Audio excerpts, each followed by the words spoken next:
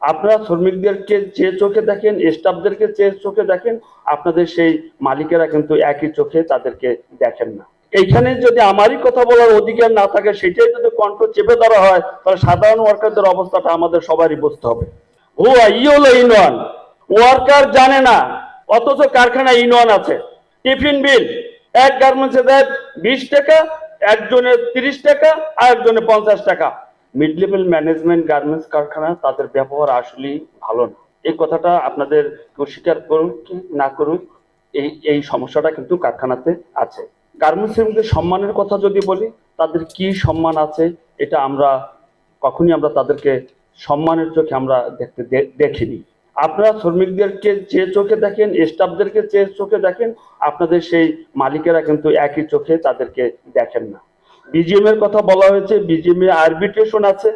BGM এর যে একটা আরবিট্রেশন আছে, সেটা লিগ্যাল বাইন্ডিংস না, এবং এই আরবিট্রেশনে শুধুমাত্র শ্রমিকদের পাওনাদিটা কোনোভাবে লামসাম দিয়ে বিদায় করে দেওয়া হয়।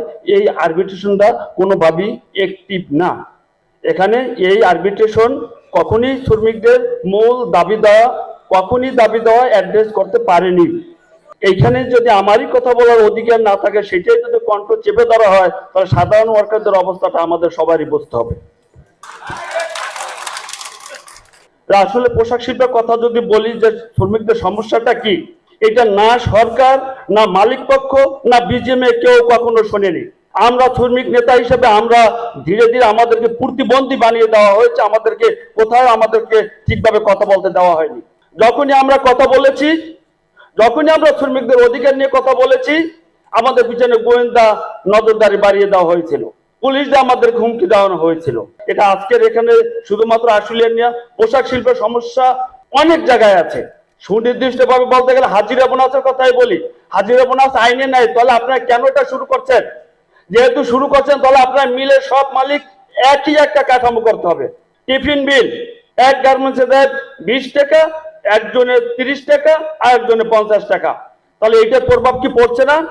এইটার প্রভাব সমস্ত জায়গায় পড়ে। কোনো কারখানায় খাবার দিচ্ছে, কোনো জায়গায় আপনারা খাবার দিচ্ছেন না। দিচ্ছে সবাই, যদি সক্ষমতা নাই থাকে, পাশে একটা একটু যদি আপনারা দিতে পারে, তাহলে অন্যটা কেন দিতে পারবে না? এটা আপনাদের কথা হতে পারে, সাধারণ শ্রমিকদের কথা হলো এইটাই, কেন দিতে পারবে না? আমি সাধারণ শ্রমিকদের কথা বলছি। শ্রমিকদের চাকরির নিরাপত্তা নেই। কোন শ্রমিক কথা বললে তাকে চাকরি থেকে, কোন অধিকার কথা বললে চাকরি থেকে বাইর করে দেওয়া হয়। ট্রেড ইউনিয়নের অধিকার তাদের নেই।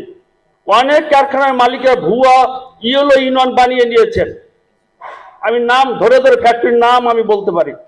ভুয়া ইয়েলো ইউনিয়ন ওয়ার্কার জানে না, অথচ কারখানায় ইউনিয়ন আছে।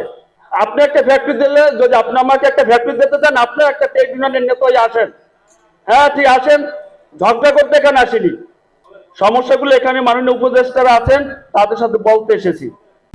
সংবাদ, ফিচার ও অনুষ্ঠানের জন্য ভিজিট করুন সংবাদ প্রকাশের ওয়েবসাইট এবং যুক্ত থাকুন ফেসবুক পেজ ও ইউটিউব চ্যানেলের সঙ্গে।